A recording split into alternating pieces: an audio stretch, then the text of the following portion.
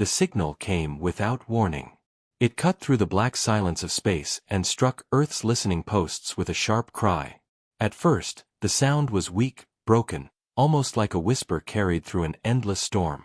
But hidden inside that whisper was a pattern, an artificial structure too perfect to be an accident. Scientists gathered, military leaders listened, and the world waited. The signal spoke in fragments, a desperate call for help. A voice from the void cried out, "We are dying. Help us, only you can save us." At first, Earth believed. After all, humanity had always wondered if it was alone. Now, at last, the universe seemed to answer. The message painted a picture of a peaceful species under attack by a merciless enemy. They claimed they had no weapons, no armies, no hope. They begged for aid, for mercy, for rescue. But hidden under the sorrowful tone, something felt wrong. The signal repeated itself, always the same, always perfectly timed. Not a word changed. Not a pause shifted. It was too clean, too rehearsed. In the war rooms of Earth, generals whispered doubts. In the labs of Earth, cryptographers dug deeper. And in the streets of Earth, ordinary people dreamed of first contact, of being saviors to the stars. The debate raged. Should humanity respond? Should Earth risk revealing its location, its strength, its existence? For weeks the signal pulsed, tugging at human hearts, pulling at human hopes. Then came the clue that shattered the illusion. Dr. Lina Torres, a linguist from Brazil, noticed something strange in the background of the signal. It wasn't random noise. It was layered code, subtle commands hidden inside the cry for help. Not pleas, not prayers. Instructions. A map. Coordinates. A secret pull toward a trap. "They are not victims," Lina whispered to the council. "They are hunters. They are trying to lure us." The room went silent. The dream of peaceful contact cracked and fell apart. Humanity's first call from the stars was not a request for help. It was bait. A lie. Yet Earth did not cower. Instead, anger stirred. Humanity had endured centuries of struggle, wars, plagues, famines, disasters, and had risen stronger each time. If this was a trick, then the liars had chosen the wrong prey. The united Earth fleet was summoned from its hidden stations. Massive ships, legends in steel and fire, began to wake. Some were old guardians built for defense. Others were experimental craft that had never seen battle. Their hulls gleamed in orbit, shadows against the sun, silent giants preparing to move. Still, the question remained, what enemy dared to deceive humanity? Who were these unseen voices that thought Earth was weak enough to be tricked? The first answer came when the signal changed. For the first time, the voice broke its rhythm. Static tore through the transmission, and then a new phrase slipped out.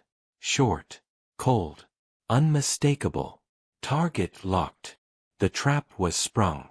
The coordinates were no longer an invitation, they were an attack path. Something was coming. Something vast, something confident, something that believed Earth had already been fooled. On the surface, people felt it before they knew it. The skies seemed heavier. The air carried tension. Cities lit up with alerts as the truth was revealed, the enemy was inbound. But humanity was not afraid. From the mountains of Asia to the deserts of Africa, from the oceans to the orbiting stations, a single thought spread like fire. They think we are prey. The fleet began to move. Engines roared in the void, silent thunder in the darkness. Soldiers strapped in, pilots whispered oaths, engineers sealed hatches. Humanity was not going to wait for invasion. Humanity was going to meet the liars head-on. In the command chamber of the flagship Resolute Dawn, Admiral Jiro Nakamura stood tall, his gaze fixed on the stars. He had fought in Earth's last war, had seen cities burn and rise again. His voice carried across the comms, calm and sharp. They tried to lure us with a lie. Instead, they have awoken our wrath. We will not wait. We will strike first. And with that, Earth's destiny shifted. The fleet turned toward the trap, not as victims, but as hunters of their own. The stars ahead glimmered cold, unaware of the storm humanity was about to unleash. The war had not yet begun, but the enemy had already made their first and greatest mistake. They underestimated mankind. The trap was set among the stars. Far beyond Earth's orbit, in the cold dark near Jupiter, the enemy arrived. At first, they were shadows, faint dots on the scanners, moving fast, too fast for anything natural. Then the shapes grew, sharp and cruel. The alien ships were nothing like human craft. Their hulls were jagged, built for intimidation. Black armor drank the light of the sun. Their designs had no elegance, no beauty, only sharp edges like blades drifting in the void. The largest ship pulsed with eerie lights, a predator's glare. Human scientists had guessed right. The cry for help was no rescue call. It was a hunting whistle. The enemy had come expecting Earth to send small vessels, weak scouts, maybe even cargo ships full of aid. They had expected easy prey. What they found instead was a fleet of war. The resolute Dawn led the way. Its guns were silent for now, but its armor shone like a warning. Around it moved destroyers, frigates, carriers, ships forged from centuries of war and knowledge. Humanity had not rushed into space blindly. It had prepared. Inside the alien flagship, a commander watched the human fleet form. His eyes, dark and reptilian, narrowed. His race, the Xyrath, had lured many species before. Their traps always worked. Weak creatures always answered the call for help. Always. Yet here, something was different. These ships, he hissed to his officers. Too many. Too strong. They were not supposed to come like this. The Xyrath did not understand yet. They thought humanity was a young race, soft and divided. They had not seen Earth's history. They had not felt the scars that had shaped mankind. The first transmission between fleets cut through the silence. It was Admiral Nakamura himself. His voice carried across the void, translated into the alien tongue. You tried to trick us. You thought we would be easy prey. You are wrong. This is your only warning. Leave our system or face fire. The alien commander laughed, a sharp hiss. To him, humanity's words were empty. No prey had ever spoken back before. No victim had ever dared to threaten. He answered with one word. Attack. The Xyrath ships surged forward, weapons burning like black fire. Beams of energy lanced out, tearing through space, aiming to shatter human hulls in one strike. But the humans were ready. The first wave hit the resolute Dawn's shields, glowing bright but holding strong. Human frigates spread wide, moving in disciplined lines. Fighters launched from carriers like swarms of steel hornets, engines flaring as they cut across the void. The battle began. Explosions painted the dark sky in fire. Human railguns thundered, invisible slugs tearing through alien armor. Plasma cannons lit up the void. Alien beams sliced across, shredding a smaller destroyer that broke apart in silence, its crew lost in a flash of light. But humanity did not break. They pushed harder. Captain Amina Hassan's frigate, the Iron Spear, led a daring run straight into the alien formation. Her crew fired torpedoes point-blank, tearing a Xyrath cruiser in half. The explosion rippled through nearby ships, scattering their attack. Keep firing. Amina shouted, her voice steady even as alarms screamed. Show them Earth is no one's prey. Across the fleet, similar cries rose. Pilots shouted in fury.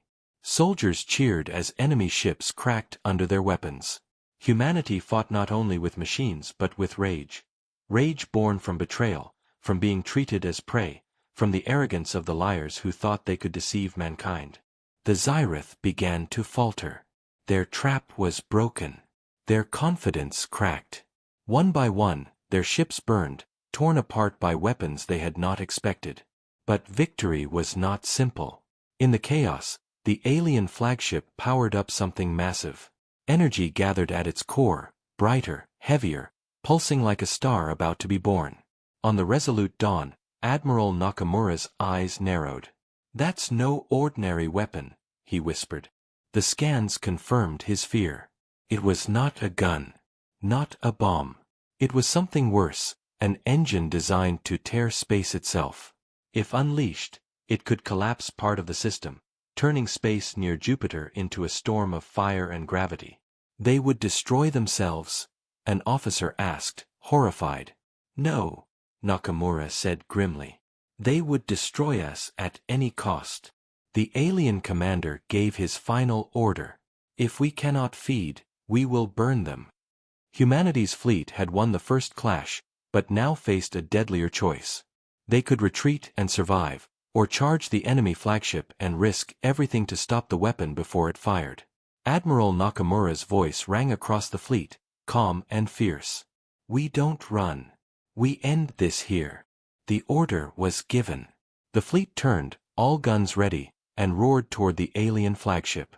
The stars themselves seemed to tremble. The trap had failed.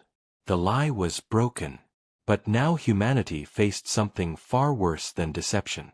They faced annihilation. The alien flagship glowed like a dying star. Its core pulsed brighter with every second, energy waves shaking the void. Human scanners screamed warnings.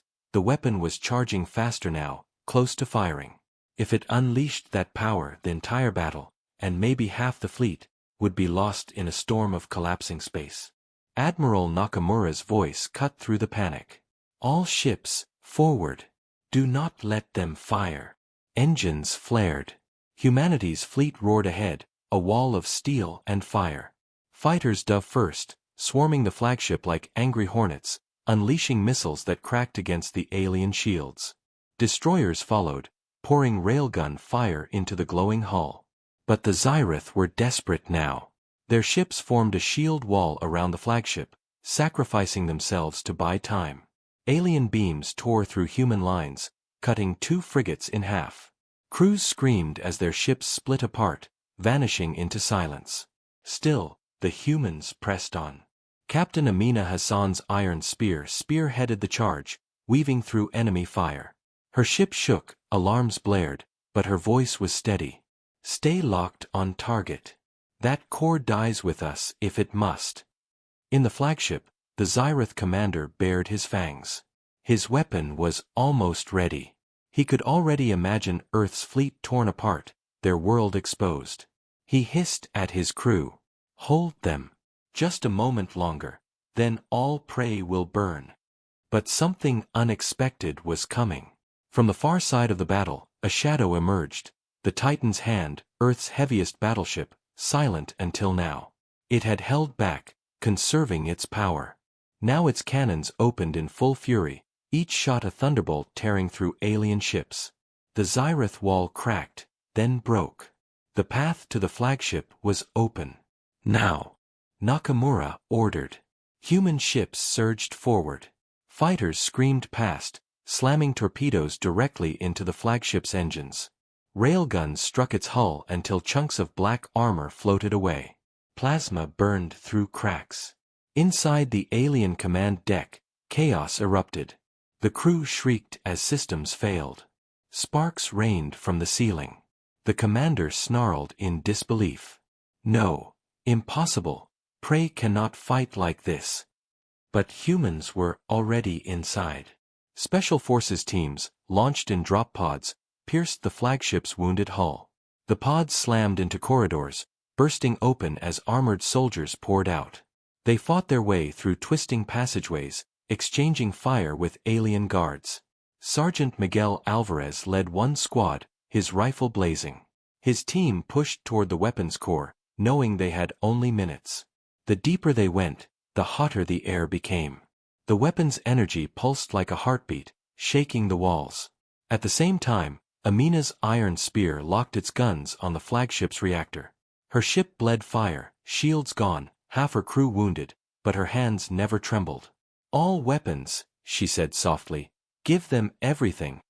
The sky lit up as the iron spear unleashed its last barrage, smashing into the alien hull with thunderous force. The weapon faltered. Its glow stuttered. Inside, Alvarez's squad reached the core chamber. It was a monstrous machine, a swirling storm of light contained within black spires. Alien engineers screamed as the humans stormed in. Bullets and plasma tore them down. Charges set. Alvarez shouted. His team planted explosives across the structure, red lights blinking. But the alien commander appeared, dragging a massive blade, his body towering over the soldiers. His roar shook the chamber. You dare defile the Xyrath gift of fire? The fight was brutal.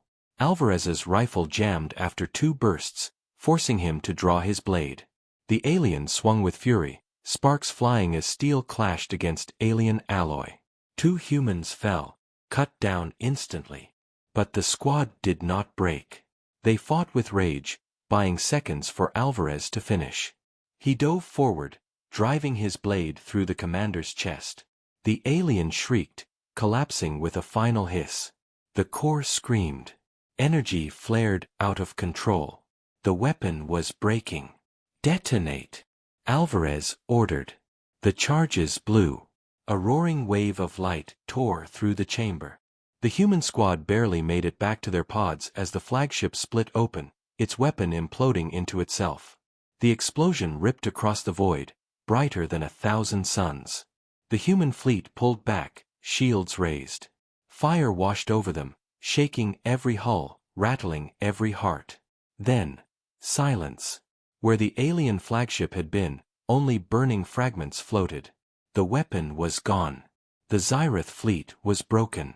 Survivors scattered, fleeing into the black. Cheers erupted across human channels. Crews shouted, cried, even laughed. Against deception, against betrayal, against impossible odds, humanity had stood, and humanity had won. But Admiral Nakamura did not celebrate. His eyes stayed cold. They will be back, he said softly. The Xyrath do not forget. Today was only their first move. And far beyond the edge of the solar system, in the darkness where no human eye could see, the truth waited. The signal had not been sent from one ship. It had been sent from thousands.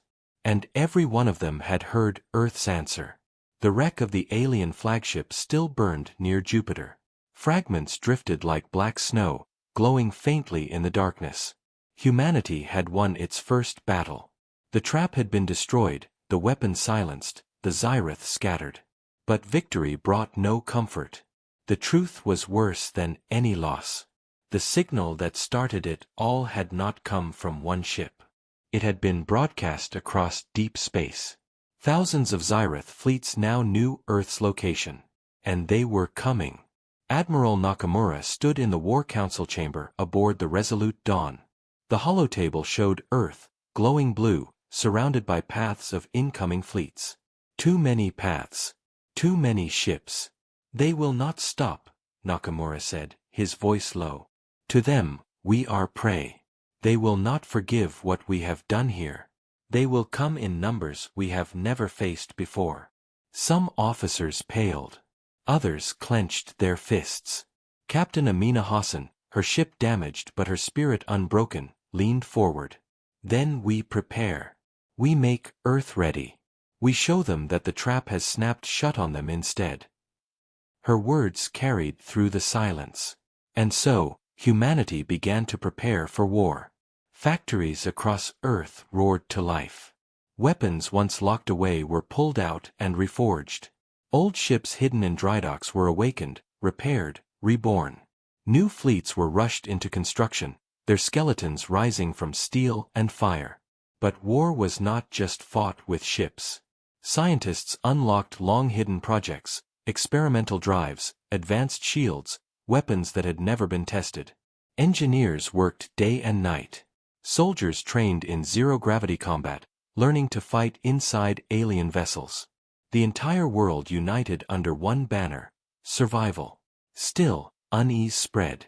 The people of Earth celebrated the victory at Jupiter, but fear lurked beneath their cheers. They had seen the wreckage, the cost, the lives lost.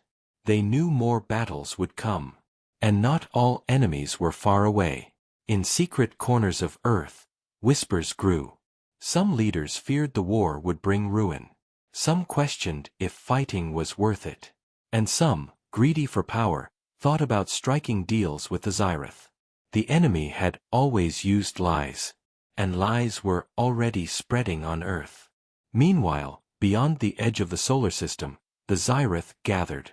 Their surviving ships limped back to the nearest fortress world. The news of defeat spread like fire. The prey had fought back. The prey had killed. The prey had destroyed the weapon.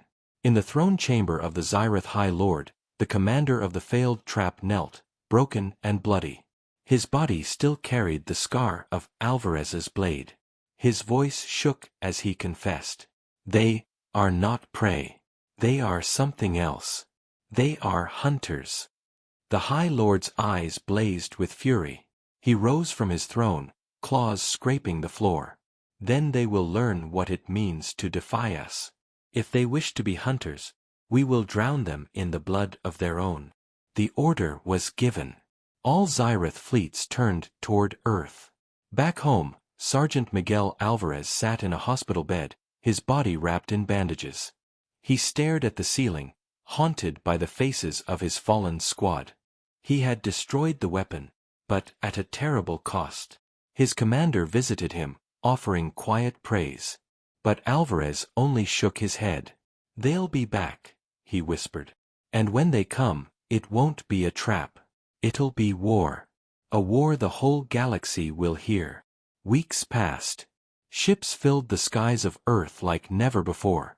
Carriers lifted from oceans, battleships left their cradles, fighters streaked across the atmosphere.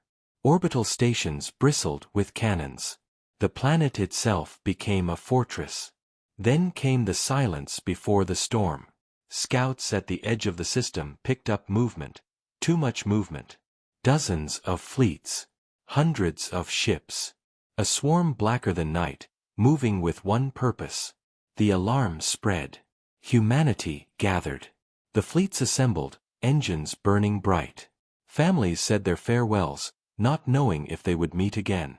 In the command deck of the Resolute Dawn, Admiral Nakamura looked once more at the stars. His voice carried across every channel, reaching every soldier, every pilot, every ship. "They came with lies. They thought us weak. They thought us prey. But today, we show them the truth. We are not prey. We are the storm." Across the system, the words echoed. Soldiers roared. Pilots slammed their helmets on. Crews stood ready. And as the Xyrath armada poured from the black, a tide of fire and steel, Earth's fleet rose to meet them. The second battle for humanity's survival had begun. The void shook with war. The Xyrath armada poured into the solar system like a black tide, thousands of ships cutting through the dark. Their fleet blotted out starlight, weapons glowing with hunger. They believed Earth would crumble. They believed humanity's first victory was luck. They were wrong.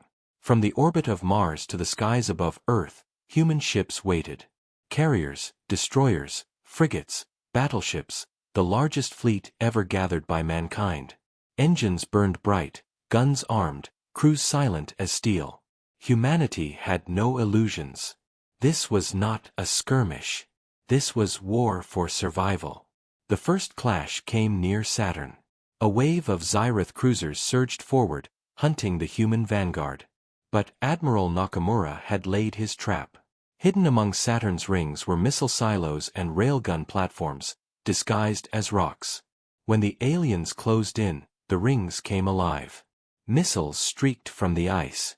Rail slugs tore through the void. The alien ships broke apart, fire spilling across the black. Saturn's rings glowed red with wreckage. The Xyrath roared in fury and pressed harder.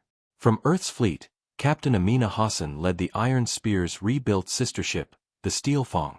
Her ship darted among the chaos, flanking larger cruisers. Torpedoes struck true, railguns hammered, and human fighters swarmed like angry wasps. Her voice carried across comms. "Hold the line. They want prey, show them hunters instead." The battle spread. Near Mars, alien destroyers rained fire on orbital stations. Human defenders fought back, cannons blazing. One station cracked apart, falling in flames toward the red planet. But others held strong, tearing alien ships down with precision fire. By Jupiter, The wreckage of the first battle became a graveyard battlefield. Human forces used debris as cover, weaving through shattered alien hulls. The ghosts of the past fight shielded the living in the present. Sergeant Miguel Alvarez returned to battle too soon after his injuries, his body still weak, but his spirit unbroken. Leading his squad aboard drop ships, he dove into the thick of the fight. Their mission: board an alien carrier and disable it from the inside. His pod slammed into the hull. Fire burst around him as his squad cut through. The corridors inside were hell, alien soldiers pouring from every side, shrieking with rage. But Alvarez's team fought with desperation, every bullet, every blade strike fueled by memory of the last battle. He shouted as they pushed forward, his voice hoarse but fierce. For Earth. The carrier's reactor chamber glowed ahead. Alvarez knew what had to be done. The charges were set. His squad would not all return, but the carrier would burn. Outside, the fleet struggled. The Xyrath were endless, a swarm that replaced every ship destroyed with 3 more. Their weapons burned holes through human lines. A frigate exploded, another carrier split apart. The odds were brutal. On the bridge of the Resolute Dawn, Nakamura stood calm, though the weight of the galaxy pressed on him. He studied the chaos, his mind sharp. Humanity could not win by numbers. They had to win by strategy. He gave a single order: divide them. Human ships began to split the swarm apart, carving the massive fleet into smaller clusters. Luring one group toward Mars, another toward Jupiter, another back toward Saturn. It was not about winning each clash. It was about survival. It was about bleeding the enemy until their endless wave slowed. Hours stretched. The war burned without rest. Explosions painted the system in fire. The cries of the dying filled comms. But still, humanity fought. Then came the moment of hope. Alvarez's charges detonated. The alien carrier erupted in fire, ripping apart dozens of nearby ships. The shockwave tore through the swarm, breaking their advance. Humanity surged forward. Carriers launched fresh fighters. Battleships fired every weapon. Destroyers dove headfirst into the chaos. For the first time in the battle, the Xyrath hesitated. But victory was not yet theirs. From deep space, more alien ships arrived. Larger, darker, flagships that dwarfed even the Resolute Dawn. One of them broadcast a message across the system. The voice of the Xyrath High Lord filled every ship, every ear. Humans, you kill well. You fight like wolves. But wolves cannot stop the tide. You will drown. You will starve. And in the end, you will beg for death. The message cut out, leaving silence more terrifying than the battle itself.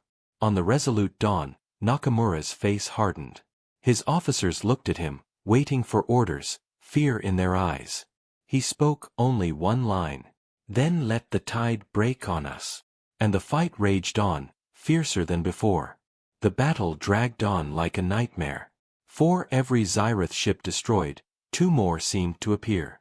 Their swarm pressed harder, darker, heavier, until even the bravest crews felt their hearts falter. The void was filled with fire, wreckage, and silence where voices had once been. Humanity bled. Stations burned near Mars. Frigates cracked near Saturn. Even mighty battleships groaned under endless fire. The Steelfang, Captain Amina Hassan's ship, had lost half its weapons, its engines failing. Yet she fought on, her voice steady over the comms. "We do not bow. We do not break. Not while one ship floats." Her defiance spread like fire through the fleet. Even wounded crews found strength, rallying behind her words. Humanity had always stood strongest when its back was against the wall. But Admiral Nakamura knew courage alone would not be enough. On the bridge of the Resolute Dawn, he studied the chaos. The enemy was too many. The tide could not be beaten in open battle. Humanity needed something greater, something hidden, something desperate. And humanity had it. In the deepest vault beneath Earth, a weapon had slept for decades.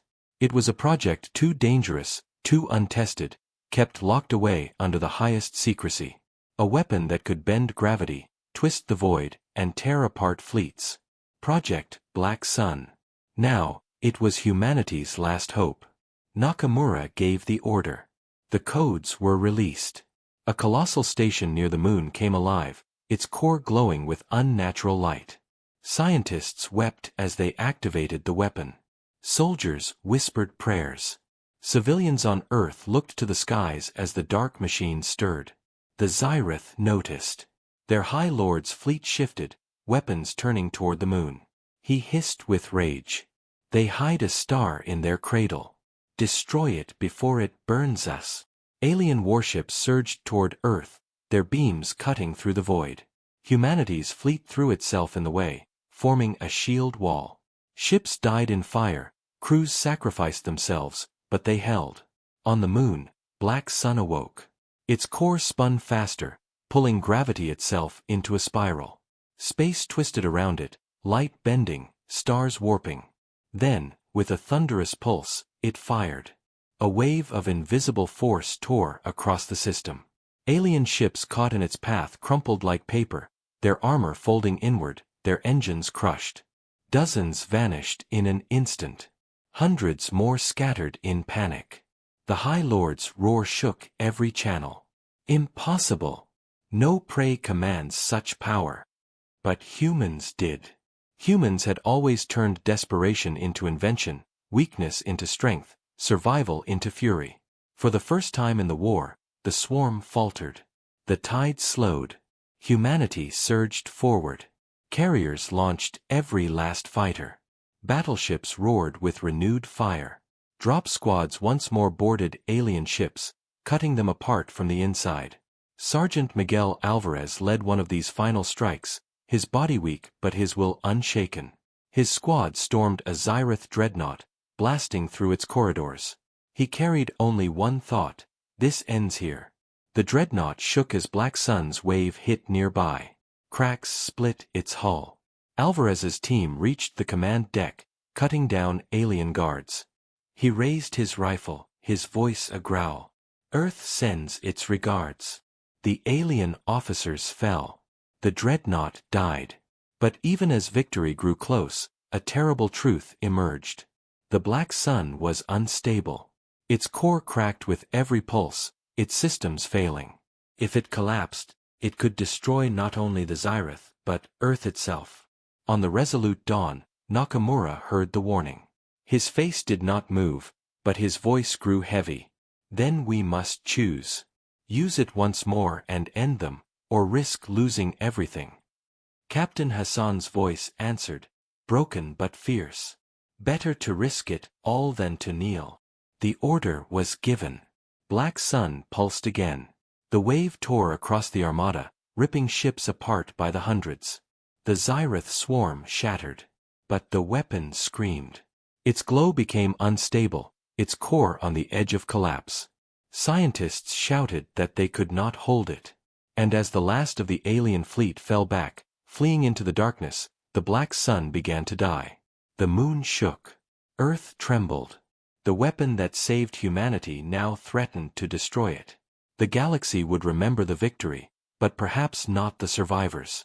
The moon shook with fire. The Black Sun pulsed out of control, its light bending the stars, its core screaming as if the void itself wanted to tear apart. What had saved humanity now threatened to consume it. On Earth, cities trembled. Oceans rose in violent waves. Satellites burned in the sky as gravity warped. Civilians prayed, watching the glow rise from the moon like the birth of a dark star. On the resolute dawn, Admiral Nakamura stood firm. Status. Core collapse in 5 minutes, an officer answered, her voice shaking. If it detonates, the blast will rip Earth apart. Silence gripped the command deck. The fleet had bled to hold the line, humanity had fought with every drop of strength, and now, their greatest weapon was about to kill them. But Nakamura's eyes burned with calm fire. He had not led them this far to watch humanity end here. There must be a way, he whispered. In the moon's control station, scientists screamed over broken consoles. The weapon's power was far beyond their reach now. Yet one voice cut through the chaos. Dr. Lena Torres, the linguist who had first uncovered the alien lie. Black sun cannot be stopped, she said. But it can be guided. Its core is folding space. We can redirect it, send the collapse away from Earth. Where? Someone asked. Her voice trembled. Toward them. Toward the Zyrith homeworld. It was madness. It was impossible. But madness was all humanity had left. The plan spread like wildfire. Crews across the fleet sent power, linking their ships to the Black Sun. Engineers wept as they overrode safeties. Pilots diverted energy from engines, even from life support, feeding the dying weapon with everything they had. The Zyrith saw what was happening. Their High Lord's voice burst across the channels, filled with panic and fury. You dare strike at us with our own doom. But no one answered. Humanity had no words left, only resolve. On the Steelfang, Captain Amina Hassan stood bleeding on her bridge, her ship broken and burning. She knew the price, but her voice carried strong as ever. Do it. Better our star burns the galaxy than we kneel in its shadow. In the ruins of the dreadnought he had just taken, Sergeant Miguel Alvarez heard the call. His squad patched into the relay, sending the last power from their stolen alien reactor into the weapon. His voice cracked as he whispered, "For those we lost. For Earth." The Black Sun roared. Its light grew so bright it blinded sensors, so heavy it bent time itself. The moon split open as the weapon consumed it, pulling its own cradle into the collapse. But its path was not toward Earth. Its collapse bent away, tearing through the void, folding space into a spear. The spear flew. Across the stars, on the distant throne world of the Zyrith, the sky split. Their lords looked up, their armies screamed, their great cities shone for one final moment. Then the collapse arrived. And the Zyrith homeworld was gone. Silence fell. The armada in the solar system went dark. The surviving alien ships faltered, their will shattered. Leaderless, broken, they fled into the abyss, scattering like ash on the wind. Humanity stood in stunned quiet. The moon was gone, torn apart. Earth was wounded, scarred, but alive. On the resolute dawn, Admiral Nakamura finally allowed himself to breathe. His fleet had survived the impossible. His people had endured the storm. But his face did not soften. "This war is not over," he said quietly. "They will remember. Others will hear. Today we proved humanity will not bow. Tomorrow, the galaxy will decide if it fears us or joins us." In the ruins of battle, humanity's survivors watched the stars. They had been lured by lies. They had faced death itself. And they had answered with wrath. The galaxy now knew. Earth was no one's prey. Earth was the storm.